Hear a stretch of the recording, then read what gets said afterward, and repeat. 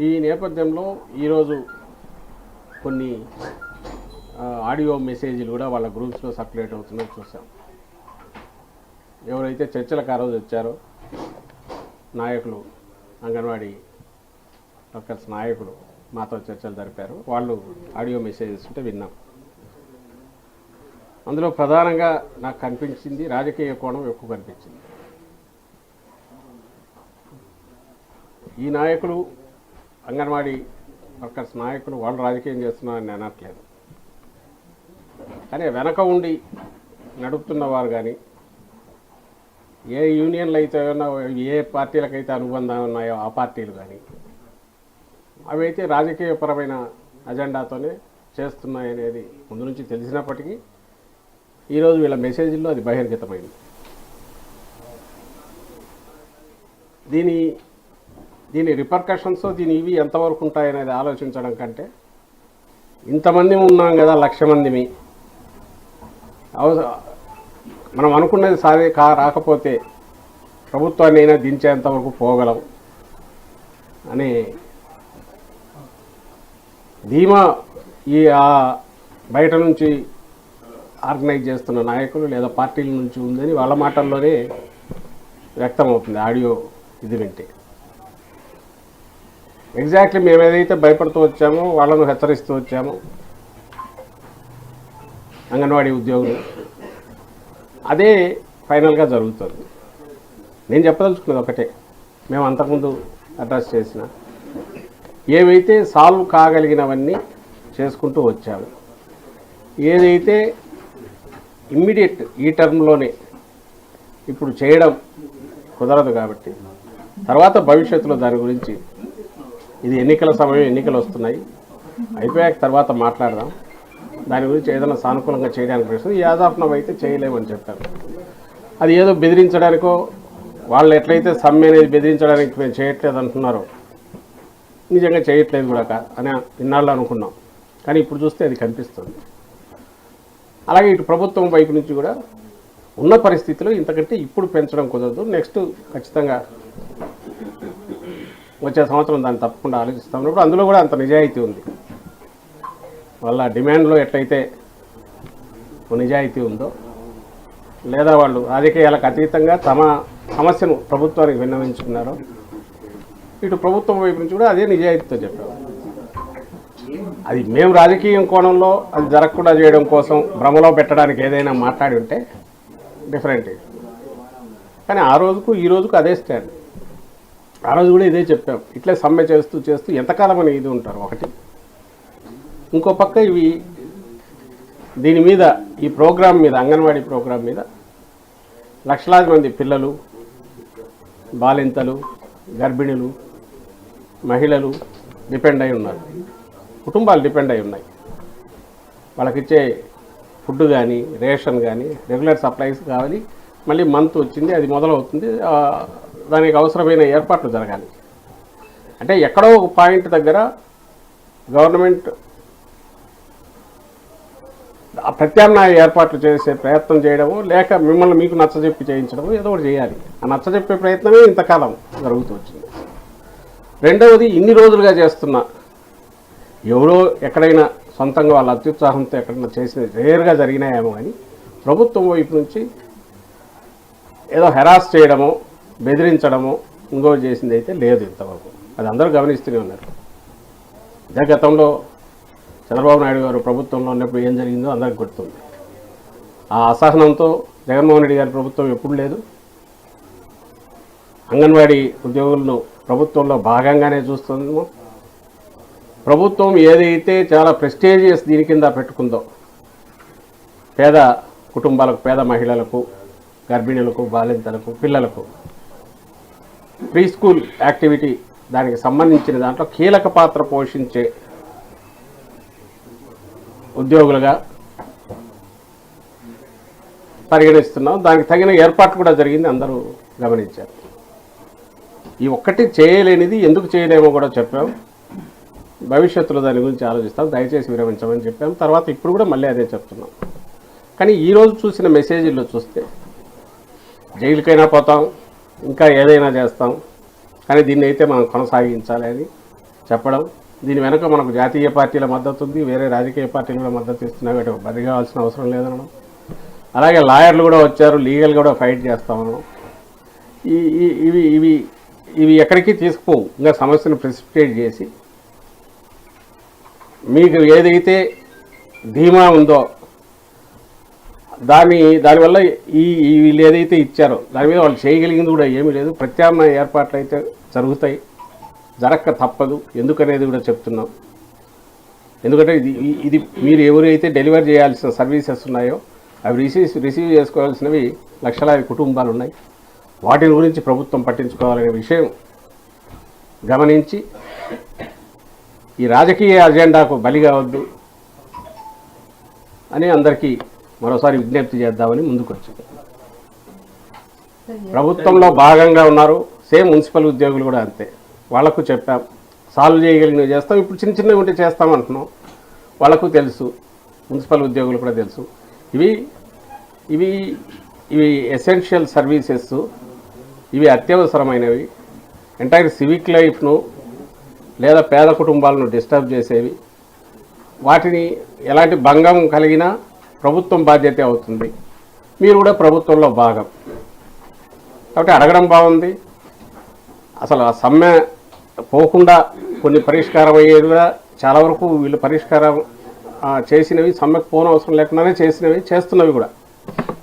వీళ్ళందరూ కూడా అంతకుముందు సిఎస్ గారి దగ్గరికి వస్తున్నారు, నా దగ్గరికి వస్తున్నారు, మంత్రుల దగ్గరికి వెళ్తున్నారు. రెగ్యులర్ ఇదైతే ఉంది ఇంటరాక్షన్. బట్ సహజంగానే శాలరీ పెరుగుతుంది మనం సమ్మె లేకపోతే అన్నందువల్ల వెళ్ళి ఉండొచ్చు. కానీ అది సాధ్యం కాదు. దానికి ఉన్న పరిమితులు, దానికి ఉన్న ఇబ్బందులు మేము చెప్పిన తర్వాత వాటిని అర్థం చేసుకొని చేస్తే బాగుండేది. ఈరోజు ఇంకోటి రౌండ్ టేబుల్ అని చూసాం. సహజంగానే తెలుగుదేశం మొత్తం అక్కడ చేరారు. వీళ్ళందరూ ఎవరంటే జగన్మోహన్ రెడ్డి గారిని టార్గెట్ పెట్టుకుని ఏదో ఒక రకంగా పొలిటికల్ మైలేజ్ పొందాలనుకునే వాళ్ళు. తప్పు కాదు, వాళ్ళకి ఇది ఉంటుంది. వీళ్ళది తప్పు కాదు. అది ఎన్నికల్లో రేపు ఎలాగూ అలాంటి నిర్ణయం తీసుకోవాలని వాళ్ళు, అది ఎవరి ఇష్ట ప్రకారం వాళ్ళు ఓటు వేస్తారు. That's different issue. కానీ గవర్నమెంట్ యాక్టివిటీ ఏదైతే ఉందో, లేదా పేద ప్రజలకు అందించాల్సిన ఇది కానీ, లేదా మున్సిపల్ వర్కర్స్ విషయంలో అయితే పారిశుద్ధ్యం అంటే సివిక్ లైఫ్, పౌర జీవితానికి సంబంధించినంత వరకు ఎఫెక్ట్ అయ్యే రకంగా అది కంటిన్యూస్ చేయడం అయితే దాన్ని రిజాల్వ్ చేయకుండా ప్రభుత్వం ఊరకైతే ఉండలేదు. అది జరిగినప్పుడు సహజంగా అన్ని వైపులా నష్టం జరిగే ఇది ఉంటే దానివల్ల ఎవరికి ఉపయోగం లేదని చెప్పడం నా ఉద్దేశం. అది గతంలో కూడా చెప్పాం, మళ్ళీ చెప్తున్నాం. దయచేసి అర్థం చేసుకోవాల్సిందిగా కోరుతున్నాం. దాని ప్రకారం ఇప్పటికీ డోర్స్ ఆర్ ఓపెన్, వాళ్ళు చేయొచ్చు. వాళ్ళు దాన్ని ఏమంటారు, ఉద్యమం కానీ సమ్మె కానీ ఏది చేసినా దానికి ప్రాపర్ ప్రొసీజర్ ప్రకారమే నోటీసులు ఇవ్వడం ఏదో జరుగుతుంది, చూస్తారు. ఎవరి మీద ఎలాంటి దురుసుగా ఇచ్చేయొద్దని సంబంధిత పోలీస్ డిపార్ట్మెంట్ కానీ మిగిలిన వాళ్ళకు కూడా ఆదేశాలు వెళ్ళాయి.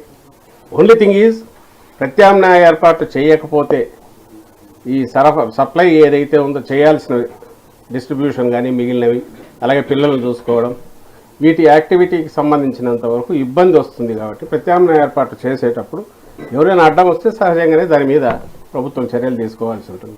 అంతకుమించి వీళ్ళు సమ్మె చేస్తున్నందుకో, లేదా రకరకాలుగా వాళ్ళు పరుషంగా మాట్లాడుతున్నందుకో, లేక మేము ప్రభుత్వాన్ని దించుతామన్నందుకో, అలాంటి వాటికి అయితే ఎవరు దురుసుగా ప్రవర్తించరు. ప్రభుత్వం వైపు నుంచి పూర్తి సమయవంతం ఉండమని ముఖ్యమంత్రి గారు చెప్పారు. గత ప్రభుత్వాల్లా కాదు. అని బాధ ఏంటంటే ఆ మాటల్లో జైళ్ళకైనా వెళ్దాం, ఏదైనా చేద్దాం అనడానికి ఇది డీల్ చేస్తున్నది ప్రభుత్వంలో అంతర్భాగమైన మీరు ప్రభుత్వం మీదే ఇది చెప్పి చేయడం అంటే, చేయగలిగితే ఇప్పటికే చేసేవాళ్ళం, చేయలేని పరిస్థితులు ఉన్నట్టు అర్థం చేసుకోమని ఇటుపక్క అడుగుతుంటే ఇది తెగేంత వరకు లాగడం అనేది కరెక్ట్ కాదు. ఆ తెగేంతవరకు లాగడము, తెంచడము అనేది మీ వైపు నుంచి వద్దు, ఇటువైపు నుంచి ఆ ప్రయత్నం అలాంటి ఇది ఉండనే ఉండదు. గవర్నమెంట్ వైపు నుంచి మీరు చేయొద్దని ఉద్యోగులందరికీ విజ్ఞప్తి చేస్తారు.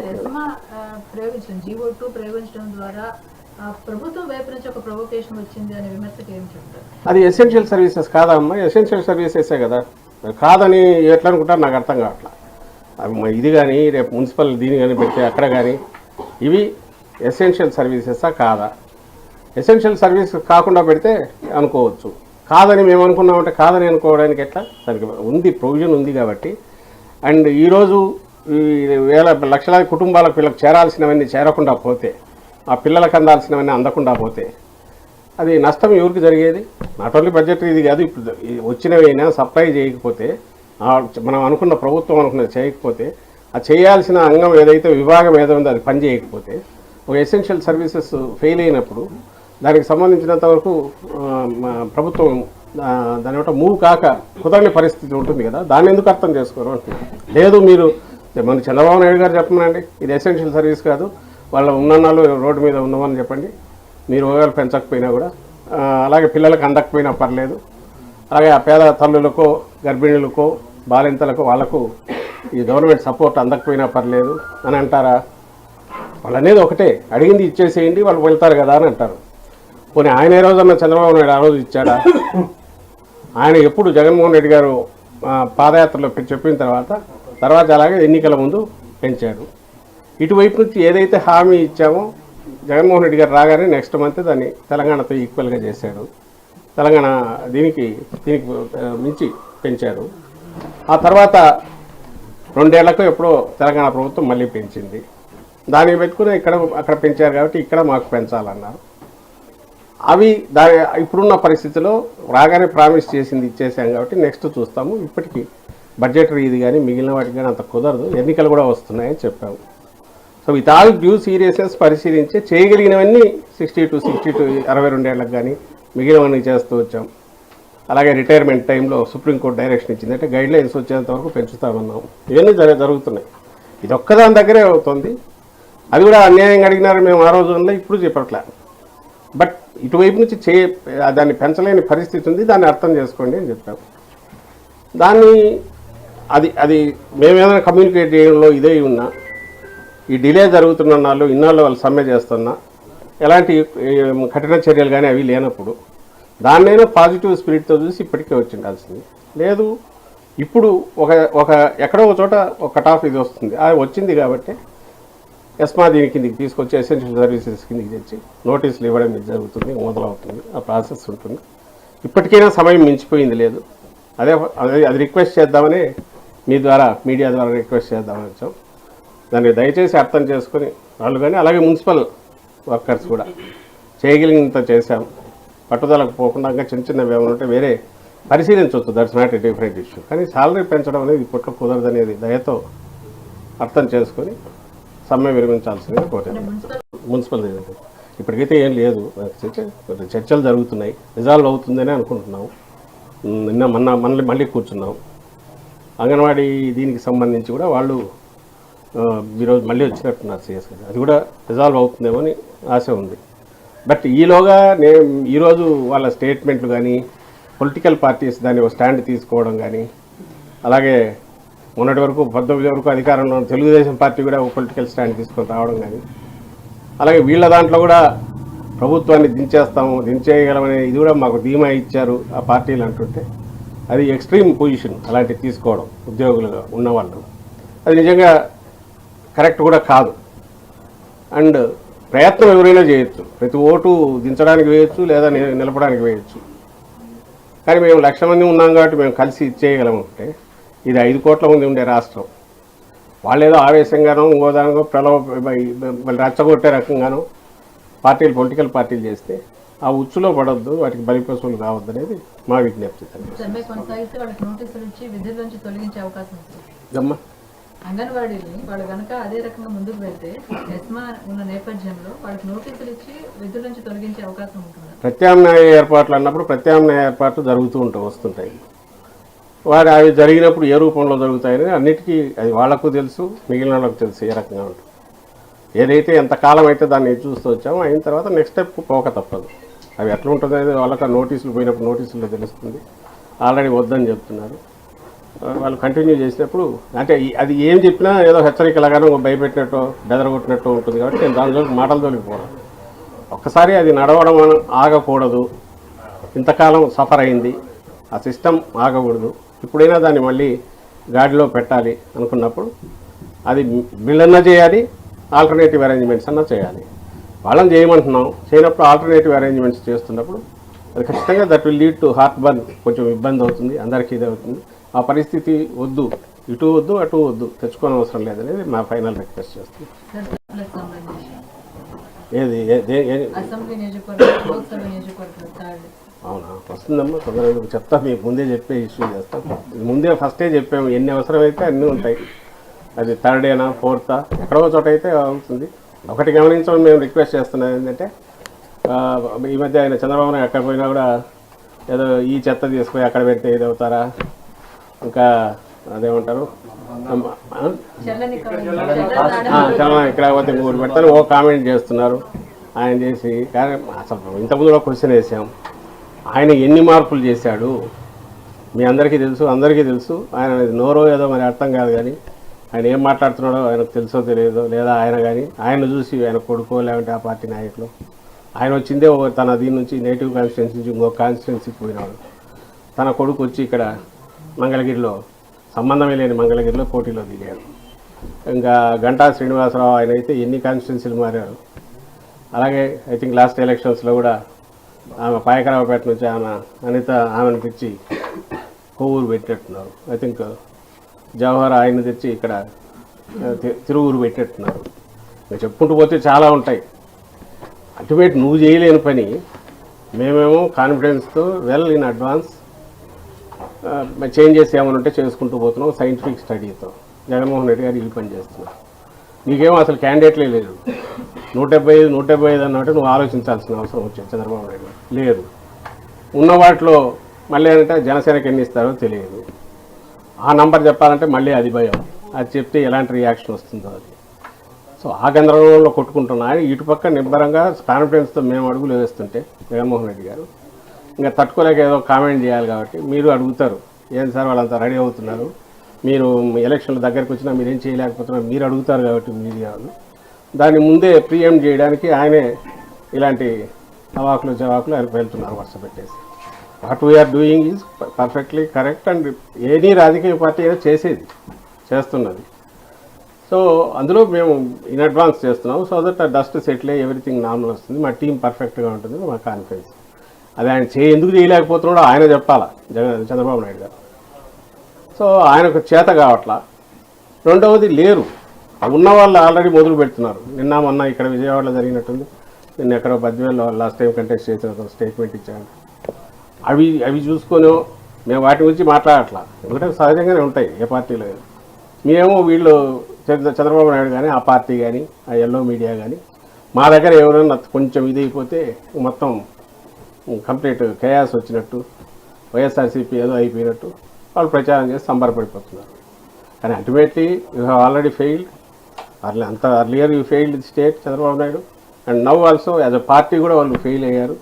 ఫెయిల్ అయినందుకే ఆయన పవన్ కళ్యాణ్ గారి వాళ్ళలో గడ్డం పట్టుకొని తనను మళ్ళీ సీఎం పదవిలో కూర్చోబెట్టమని ఆయన పట్టుకున్నారు. పోనీ అక్కడ ఎన్ని ఇస్తారో కాన్ఫిడెంట్గా చెప్పలేకుండా ఉన్నారు. ఆ గందరగోళం వాళ్ళని వాళ్ళు తెలుసుకోగలిగితే, లేదా తెలుసుకొని ఒక స్పష్టత వాళ్ళు రాగలిగితే, అప్పుడు వాళ్ళు పోటీలోకి వస్తే నిజంగా ఒక పోటీ ఉన్నట్టు మేము ఫీల్ అవుతాం. మా వరకు మేము any election is we are appealing to public. ఆ పోయేటప్పుడు ఓ స్పష్టత ఉండాలి. మా విధానాలకు స్పష్టత ఉంది. జగన్మోహన్ రెడ్డి గారి లైన్ ఆఫ్ థింకింగ్కు, ఆయన విశ్వసనీయతకు, పార్టీకి, ఇంక్లూడింగ్ మేము ప్రజెంట్ చేసే 175 టీంకు ఆ విశ్వసనీయత స్పష్టత ఉంది. కాబట్టి ఖచ్చితంగా అవతల ఎవడొచ్చినా మేము రెడీగా, లేదా అందరు కట్టకట్టుకొని వచ్చినా రెడీగా ఉండేంత ధీమాతో మేము ఉన్నాం. కాబట్టి అది ప్రజలు కూడా అర్థం చేసుకున్నారు. కాబట్టి whatever we are doing, wrong interpretations ఏమొచ్చినా వాటిని నమ్మొద్దని విజ్ఞప్తి చేస్తాం.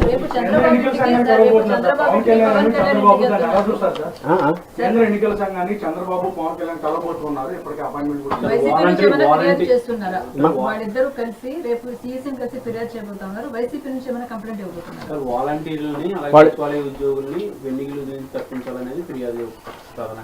వాలంటీర్లు అనేవాళ్ళు ఉద్యోగులు కాదు. ఒకటి సచివాలయ ఉద్యోగులు ఎనీ ఉద్యోగి state government employees or state government employees.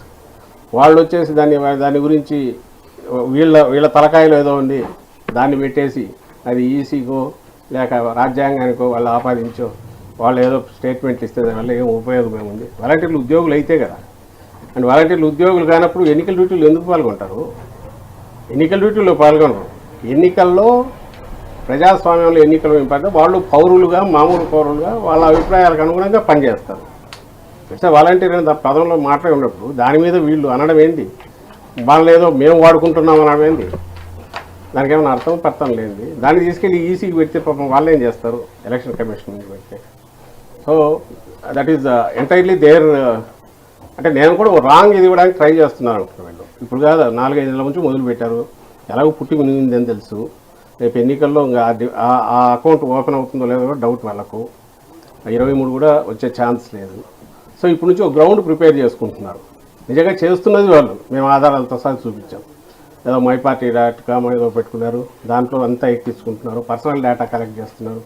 ఇళ్లలోకి వెళ్తే కొంతమంది గొడవలు కూడా చేశారు, మా పర్సనల్ డేటా మీకు ఎందుకని. ఇవి అందరికీ తెలిసినవి. ఈ ఆధారాలతో సహా మొత్తం పెట్టాం. అలాగే వాళ్ళ సంబడి ఎవరినో అపాయింట్ చేసుకుంటే అతను లక్షలు అంటే ఆల్మోస్ట్ దాన్ని ఏమంటారు, ఎలక్ట్రల్ రోల్స్ కంప్లీట్గా ఇచ్చినట్టు ఇచ్చారు. ఇవన్నీ బోగస్ ఓట్లని అవి కిందికి పంపిస్తే లక్షల్లో అవన్నీ జెన్యున్ ఓట్లని మళ్ళీ కింది నుంచి పైకి వచ్చింది. కానీ వాళ్ళు రావాల్సిన ప్రచారం ముందు ఏదో చేయాలనుకుంటారో అదైతే కొట్టేశారు. ఇదిగో ఇన్ని లక్షలు బోగస్ ఓట్లని మేము ఇచ్చామని. కానీ చేస్తున్నది ఎవరంటే హైదరాబాద్ నుంచి అదేది వాళ్ళు ఫ్లెక్సీలు పెట్టి మరి తెలంగాణ ఎలక్షన్ కాగానే ఫోటోలతో సహా ఇచ్చాము ఎలక్షన్ కమిషన్. ఇక్కడ అయిపోయింది కదా, అక్కడికి పోదండి అని చెప్పి అందరికి పిలిపించారు. మీరు చూసింటారు సోషల్ మీడియాలో కూడా వాటి రండి మేము ఆర్గనైజ్ చేస్తామనేది వచ్చాయి. అది ఇక్కడ ఓటర్ రిజిస్ట్రేషన్ చేయిస్తామని బరి తెగించి ఆ బండగా ఆ రోజు చేసినారు. ఈరోజు ఇప్పటికి అపోజిషన్లోనూ కూడా చేస్తున్నారు. తెలిసినవే ఆ విద్యలు తెలుగుదేశం పార్టీ.